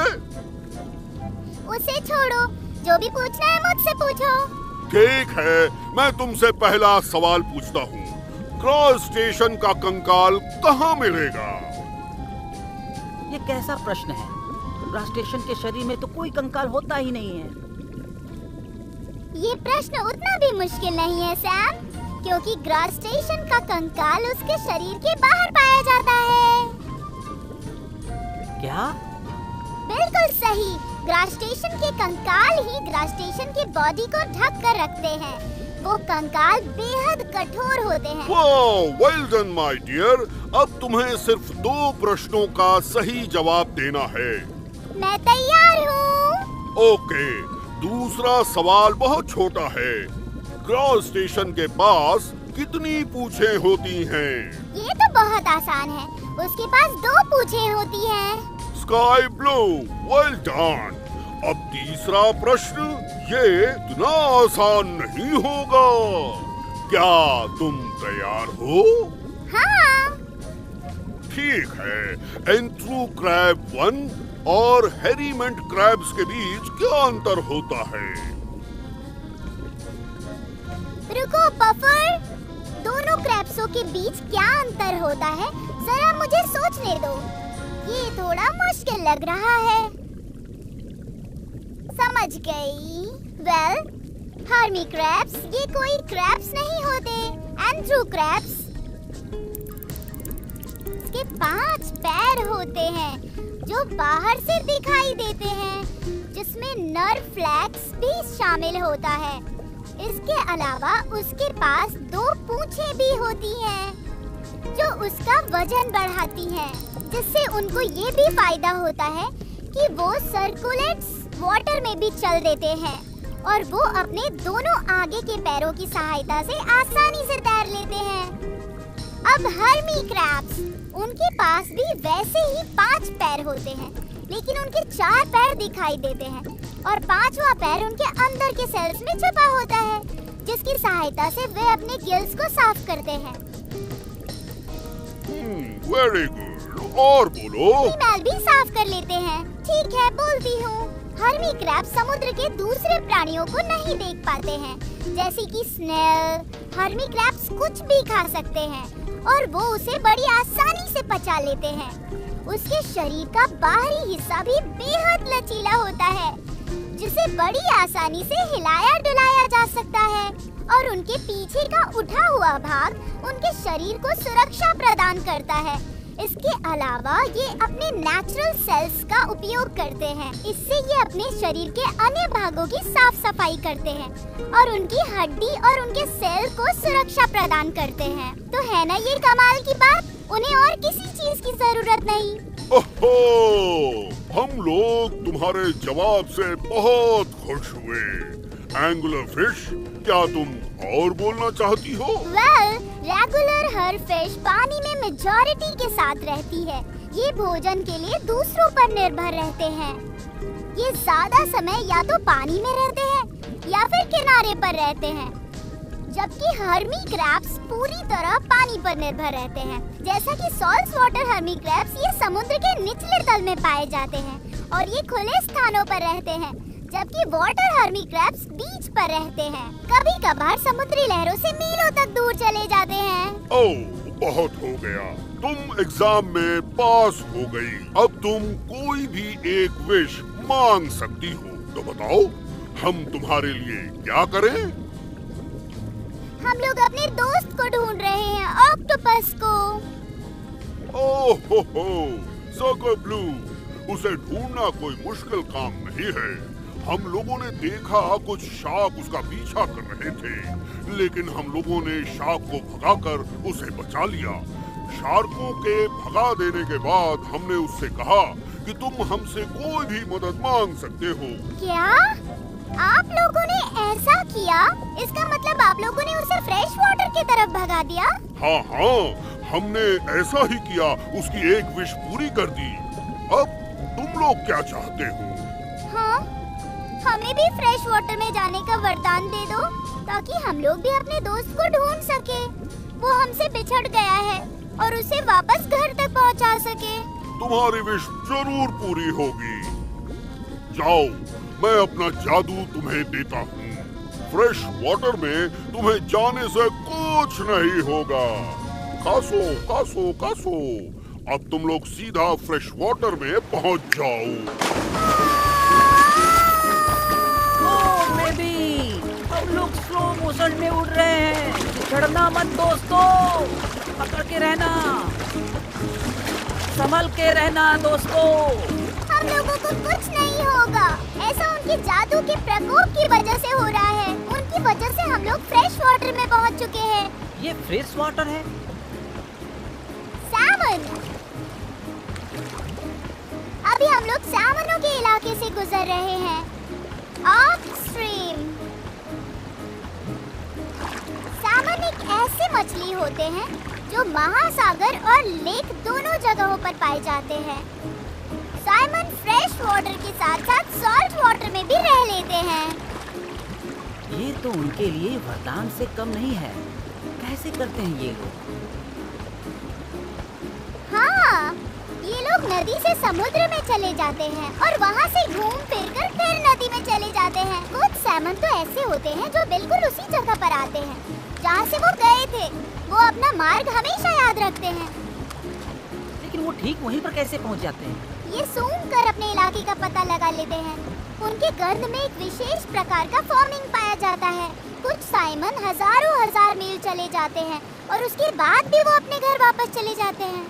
वाओ, उसे देखो, याहू! हम लोग कहाँ पहुँच चुके हैं?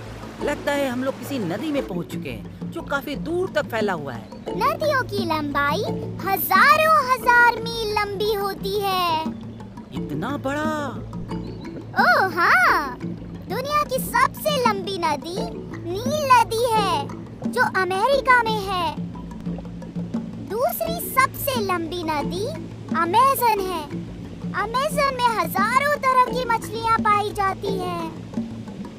उस नदी के दूर दराज क्षेत्रों में जाना हर किसी के बस की बात नहीं होती। अमेज़न दुनिया के कुछ यूनिक स्पेसीज का घर है, जैसे प्रवनर। वो हर जगह नहीं पाया जाता। डोंट वरी पफर, अमेज़न जंगल उनके लिए रहने वाला सुरक्षित स्थान है। वो अमेज़न जंगल के आसपास ही रहते हैं। यहाँ और क्या क्या पाया जाता है? वो देखो, मेंढक। जो मेंढक तुम्हें दिखाई दे रहा है वो एम्फियन होते हैं। नहीं, एम्फियन इसका मतलब होता है दो तरह की जिंदगी। उनकी जिंदगी की शुरुआत पानी से होती है, जहाँ मेंढक अंडा देती है। शुरू में तो मेंढक मछली की तरह ही दिखती है, और जैसे जैसे वो बड़े होते हैं उनका पैर बड़ा हो जाता है और वो मेंढक की तरह दिखने लगते हैं। लेकिन अभी तक वो पानी में ही रहते हैं, ना कि बाहर। वो पानी में बहुत अच्छे से तैर लेते हैं। दुनिया में मेंढक के हजारों प्रकार पाए जाते हैं। ये कोल्ड ब्लडेड होते हैं, जिसकी वजह से वो गर्म स्थान पर रहना ही पसंद करते हैं। और रात गुजरने के बाद जैसे ही सूरज उगता है वो ऊपर की तरफ भागते हैं। फिर वो ऊपर आकर गर्म पानी में रहते हैं। बिल्कुल सही। मेंढक की जीभ बहुत लंबी होती है और वो हमेशा टर करते रहते हैं। मेंढक की जीभ के टच में जो भी आता है वो उसे निकल लेते हैं। तुम परेशान मत हो सैम। मेंढक टिक टिक पतंग कीड़े मकोड़े और ड्रैगन फाइन। मेढक की आँख एक्सीलेंट होती है। मेढक कभी अपनी आँखें बंद नहीं करता। मेढक अपनी आँखों को ऊपर नीचे, आगे पीछे हमेशा घुमाता रहता है, वो भी एक ही बार में और एक ही समय पर। कमाल है ना?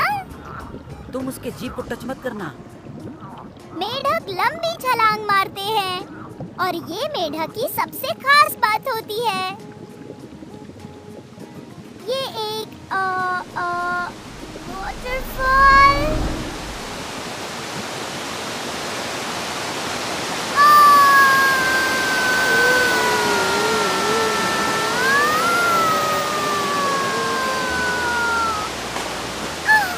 सब लोग ठीक तो है ना? It's okay, Puffer. वाटरफॉल से गिरने के बाद सीधा हम लोग झील में पहुंच चुके हैं। तुम ठीक हो? हाँ, झील। हे, अब ये क्या कह रहा है? हाँ, ये फ्रेश वाटर है। लाफ्टर की कृपा की वजह से आज हम लोग फ्रेश वाटर में आ गए हैं, मगर यहाँ भी मछलियाँ दिखाई दे रही हैं। फ्रेश वाटर में कई तरह की मछलियाँ पाई जाती हैं, जैसे बैस, कैटफिश, कॉरब एंड हार्श। क्या तुम्हें पता है कि 40% मछलियाँ फ्रेश वाटर में पाई जाती है? हाँ, और फ्रेश वाटर इस धरती पर 3% से भी कम पाया जाता है। वो क्या है? जहाँ तक मैं पढ़ी हूँ, वहाँ तक मुझे लगता है कि ये मछुआरा है। वो आदमी कितना साफ साफ दिखाई दे रहा है हमें। ओ, वो देखो, कोई एक मछलियों का ग्रुप है। ये मछलियाँ कितनी लाजवाब दिख रही हैं। लाल, पीला, गुलाबी, पर्पल, मैजेंटा, एक साथ सब है, तो कितना अच्छा लग रहा है ना? फ्रेश वाटर में कितनी सुंदर सुंदर मछलियाँ मिलती है। दरअसल ये मछलियाँ यहीं से हर जगह गई हुई हैं। ये अपने रंग बिरंगी खूबसूरती के लिए जानी जाती हैं। जब ये मछलियाँ जापान में कोरल रीफ के पास पहुँचती हैं, तो जापानी लोग इसे अपना गुड लक मानते हैं। ये बहुत ही स्मार्ट होती हैं, मगर इनका जीवन काल ज्यादा नहीं होता है। मैं एक ही मछली को जानता हूँ जिसके पीछे वो शिकारी पड़े हुए थे। जो मछली अकेली जा रही है, वो अन्य मछलियों से छोटी क्यों है? ओह, दरअसल वो सुंदर दिखने वाली मछली गोल्डफिश है। ये गोल्ड मछलियाँ बहुत फ्रेंडली होती हैं। ये जरूर हमारी मदद करेंगी। ओह, रुको जरा, मैं एंगुलर फिश हूँ और मेरा नाम है पेट्रा। तुम मुझे क्लियो भी कह सकती हो। तुमसे मिलकर बहुत अच्छा लगा। बताओ, तुम लोगों को यहाँ कैसे आना हुआ? मैं अपने दोस्त ऑक्टोपस को ढूंढते हुए यहाँ तक आ गई हूँ। तुमसे मिलकर बहुत अच्छा लगा। बताओ, तुम लोगों को यहाँ कैसे आना हुआ? ओह, ऑक्टोपस, हाँ, वो मुझे मिला था। तुम उसे ही ढूंढने आई हो। उसने मुझे अपनी भयानक कहानी सुनाई। बहुत डरा हुआ था वो। कुछ शार्क उसे महासागर में निगलना चाहते थे, इसलिए वो भागते हुए यहाँ तक आ गया। तुम मुझे बता सकती हो कि वो कहाँ गया? हाँ, वो अब तक बहुत दूर निकल चुका होगा। वापस महासागर की तरफ गया है। कोई बात नहीं, हम भी उसी तरफ जा रहे हैं। हमें जानकारी देने के लिए शुक्रिया गोल्डफिश।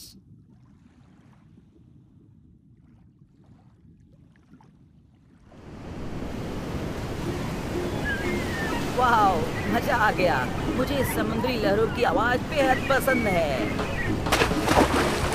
सैम, सॉल्ट वाटर में आने के बाद कितना अच्छा लग रहा है ना? वो सब कोरल है। हम लोग ओपन महासागर में आ गए हैं सैम। हम लोग अभी तक कोरल रीफ तक नहीं पहुँचे हैं। ओपन महासागर में भी बहुत सारी मछलियाँ रहती है। ऐसी जगह पर कई तरह के समुद्री प्राणी भी पाए जाते हैं। बहुत सारे समुद्री प्राणी, जैसे कि डॉल्फिन, व्हेल और इनसे भी कहीं ज्यादा प्राणी। वाओ, अब तक ये अजीब आवाज कहाँ से आ रही है? वाओ, कितनी सुंदर आवाज है। वो जरूर टॉनी कैट्स होंगे। क्या बोली? टॉनी कैट्स के बारे में बताती हूँ। वो एक तरह के सेल्स होते हैं। वो ज्यादातर चट्टानों पर जाके बैठ जाते हैं। वो बाहर तट पर बैठकर सनलाइट का मजा लेते हैं। लगता है ये बहुत लेजी होते हैं। ग्रेट। हाँ, ये समुद्र के साथ साथ बाहर भी रह लेते हैं और बाहर घूमने के बाद समुद्र में वापस आ जाते हैं। मैं समझ सकता हूँ। जो भी हो, ये मस्त मौला दिखते हैं। हाँ, ये हमेशा अपने जोड़ी के साथ रहते हैं। ये पानी में नहाते हैं तो उन्हें ठंड नहीं लगता है क्या? ये पानी में जमकर नहाते हैं और जब इन्हें ठंड लगती है तो ये बाहर धूप में चले जाते हैं। धूप सेकने के बाद ये वापस पानी में आ जाते हैं। ये बिल्ली की तरह आवाज निकालते हैं और ये पानी के अंदर भी सो लेते हैं। ये सोचने वाली बात है कि गर्भवती मादा उसमें सांस कैसे ले पाती है। ये सच में बहुत ही कमाल है ना? क्या सेल्स को अच्छे से तैरना नहीं आता है? नहीं, ऐसी बात नहीं है। सेल्स तैरने में बहुत फुर्तीले होते हैं। ये जितने शक्तिशाली होते हैं उतनी ही सफलता से ये तैर भी लेते हैं। और तुम गैस करो वो क्या खाते होंगे? मछली। बिल्कुल सही दोस्तों। वो देखो, वो भी मछली है क्या? वो दूसरे प्राणी हैं जिन्हें पक्षी कहा जाता है। उनके पास भी पंख, पैर, हड्डी सब कुछ होता है। फ्लाइंग। ऐसी बात है, ये जरूर मछलियाँ ही होंगी। बिल्कुल नहीं, लेकिन वो मछलियाँ खाते हैं और इसीलिए ऊपर मंडराती रहती हैं। ये ईगल है जो 150 से 300 के मीटर तक की ऊंचाई से भी अपने शिकार को देख लेते हैं और उन्हें झपट्टा मारकर अपने पंजों में लेकर उड़ जाते हैं। इनकी नजरें बहुत तेज होती हैं। वो जब भी किसी मछली पर पंजा मारते हैं तो मछली बच नहीं सकती। ये पक्षी जिस मछली को पकड़ते हैं, अगर उन मछलियों की जगह मैं होता तो इतना फास्ट भागता कि ये मेरा पीछा ही नहीं कर पाते। वो कोई ऐसा वैसा पक्षी नहीं है, ये ईगल है। शिकार करने में इनका कोई बराबरी नहीं कर सकता। उनकी चोंच बहुत नुकीली होती है। वो कहीं हमें ना देख ले। हमें नीचे चलना चाहिए। चलो चलो जल्दी करो, वरना हम बच नहीं पाएंगे। क्या तुम तीनों किसी ऑक्टोपस को ढूंढ रहे हो? हाँ हाँ। तो तुम लोग सही दिशा में जा रहे हो।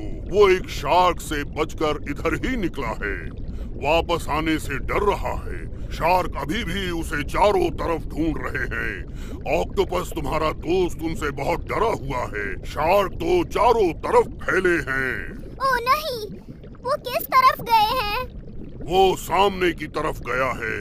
जल्दी उसका पीछा करो, जल्दी जाओ, नहीं तो शार्क उसका काम तमाम कर देंगे। Good luck jenny.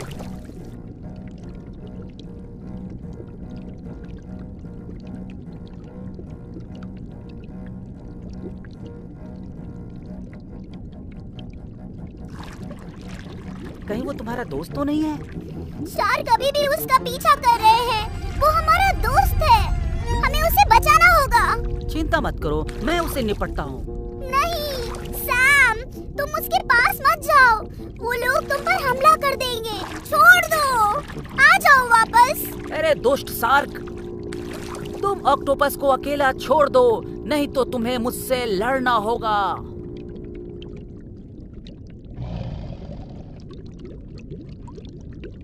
संभल कर रहना सैम। मुझे कुछ समझ में नहीं आ रहा है, मैं अभी क्या करूं? सुनकर मुझे बहुत अच्छा लगा। ये तो सही है, तुम हमारे दोस्त हो सैम। हम लोग तुमसे बहुत प्यार करते हैं। इस एडवेंचर गेम में तुम लोगों के साथ जुड़कर मुझे बहुत अच्छा लगा दोस्तों। अब तुम सेफ हो। प्रोफेसर क्या बोली?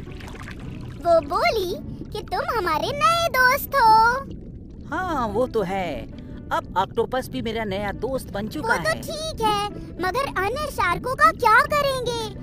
वो जब हमारे सामने आएंगे तो हम उनका मुकाबला कैसे करेंगे? शार्क! वो सब वापस आ रहे हैं।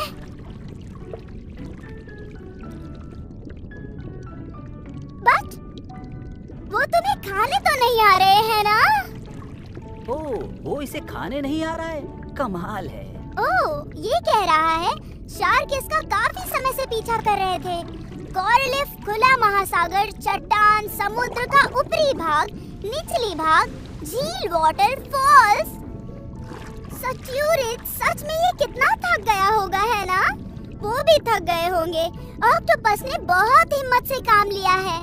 ऑक्टोपस के इतने तैरने की वजह से शार्क इससे बहुत इम्प्रेस हुए होंगे। और पता है शार्कों ने इसे क्या कहा? तुम सोच भी नहीं सकते। उन्होंने क्या कहा? उन्होंने कहा कि हमने इतना तैरने वाला ऑक्टोपस पहले कभी नहीं देखा था। अब हम तुम्हें नहीं खाएंगे और तुम हमारे दोस्त हो। नो वे। अब हमारे कुछ नए दोस्त भी बन चुके हैं। वाह, इस कहानी का अंत बहुत लाजवाब हुआ।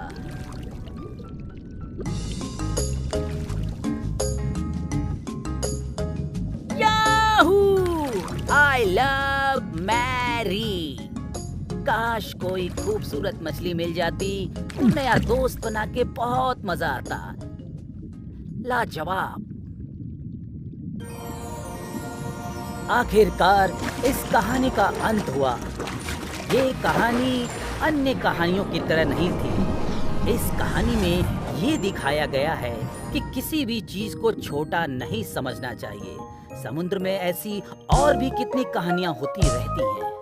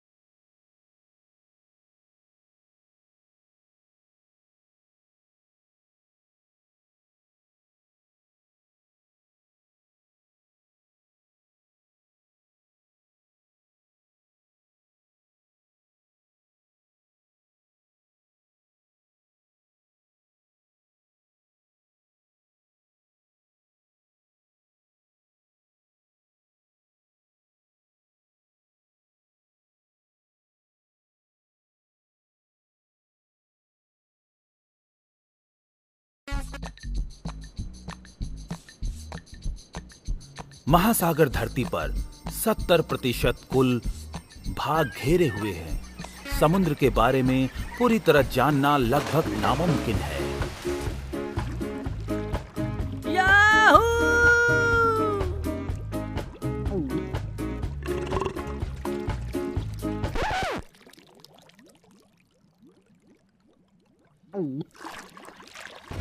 3 मछलियां। ये तो वेल के मुंह में लगभग पहुंच ही गई थी, मगर भगवान का शुक्रिया, ये बच गई। On our yards. अरे मैं तो वैसे ही सबकी मदद करता रहता हूँ। अपने दोस्त को ढूंढने। हमारा दोस्त हमसे बिछड़ गया है, हम लोग उसे ढूंढते हुए यहाँ तक आए हैं। और कुछ लाजवाब प्राणियों से उनकी मुलाकात। ये समुद्री घोड़ा है। जेलीफिश, जेलीफिश, जेलीफिश, वाह! ये कितने क्यूट है ना? फन। वेल, लगता है उस जहाज में खजाना छुपा है और एक एडवेंचर। वाह! वो देखो। याहू! समुद्र के नीचे